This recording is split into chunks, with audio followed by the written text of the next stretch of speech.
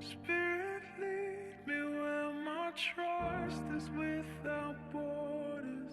Let me walk upon the waters. Hi, and welcome back to my channel. If you're new here, my name is Olivia.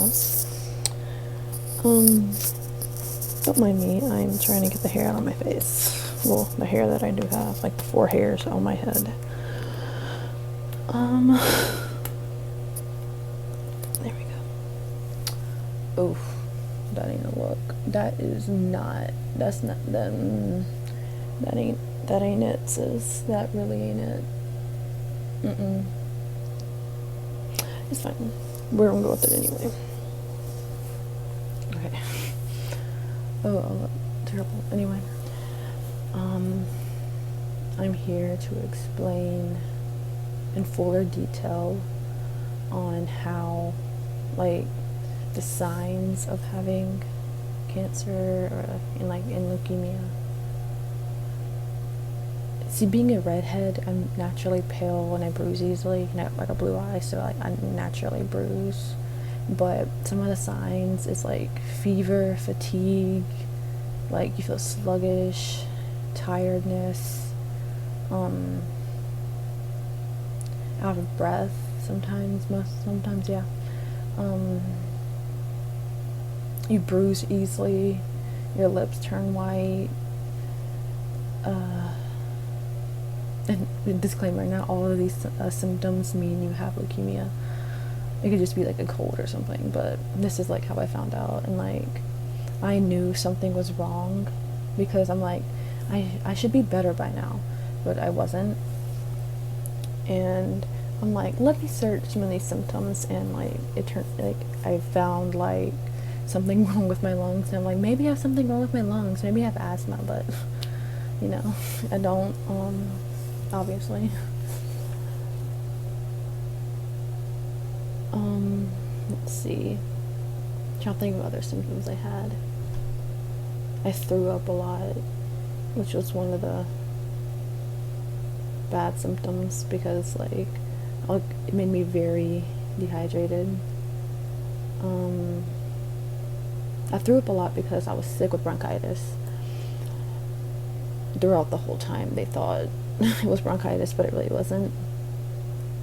And I threw up because I was coughing a lot, and it would make me throw up, and I'll throw up a lot of water, and I needed that water, but I couldn't hold it down.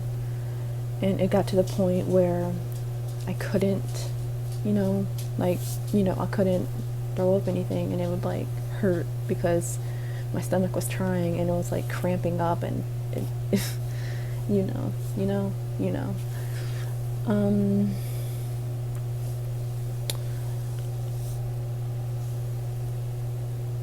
For some people it's different when they find out they have cancer. So sometimes they're just like, okay, I have to accept it and stuff.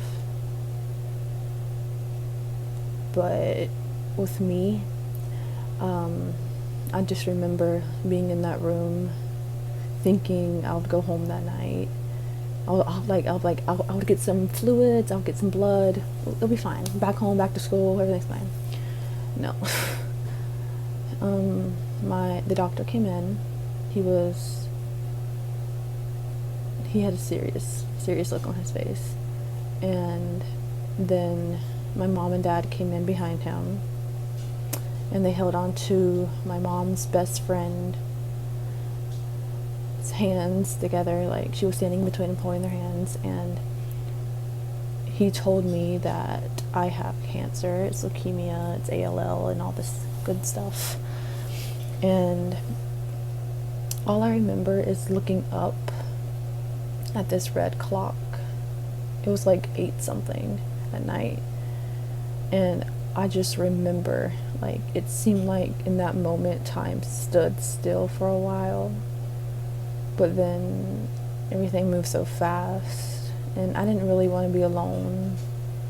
Like I didn't want my parents to leave, even though they had to work and stuff and take my brother to school. I didn't want them to leave because I just wanted comfort.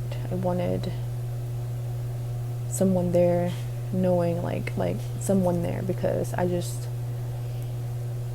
scared. And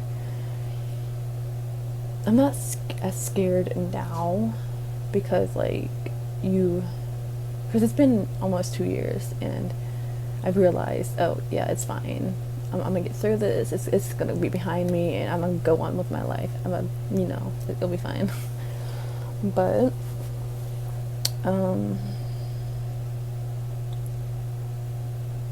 they took me into the ICU, and I could tell that the nurses and doctors were like looking at me like, oh yeah, she has cancer, and like they could see, like they could see inside of me and be like, oh yeah, she's not okay. But I had to act okay, even though I didn't have to act, but I wanted to be okay. Like I didn't want to show that I was scared at that point, even though I probably should have. But I wanted to be braver. I wanted to not be. It's hard to explain. I just wanted to be brave for my family and not show that I was scared. Like I didn't want that fear to define me. I didn't want cancer to define me. I still don't. And most people think when they think of cancer, they're like, oh yeah, you're in the hospital all the time. You're gonna be bald. You're skinny. You're sick. You're like the commercials on TV. You're like those kids in the hospital. You're just stuck there all the time. But no, it's not like that. With some kids like me, it's not like that for me. I go out. I hang out with my cousins. I do school. I redid my room. I painted my room. Put my tapestry up. I hung some stuff up. Just because something happened in my life doesn't mean I have to let it stop my life. I don't have to let it stop my life. I don't have to let it put my life on pause. I can keep going. I can keep pushing forward with my life, which I want to do.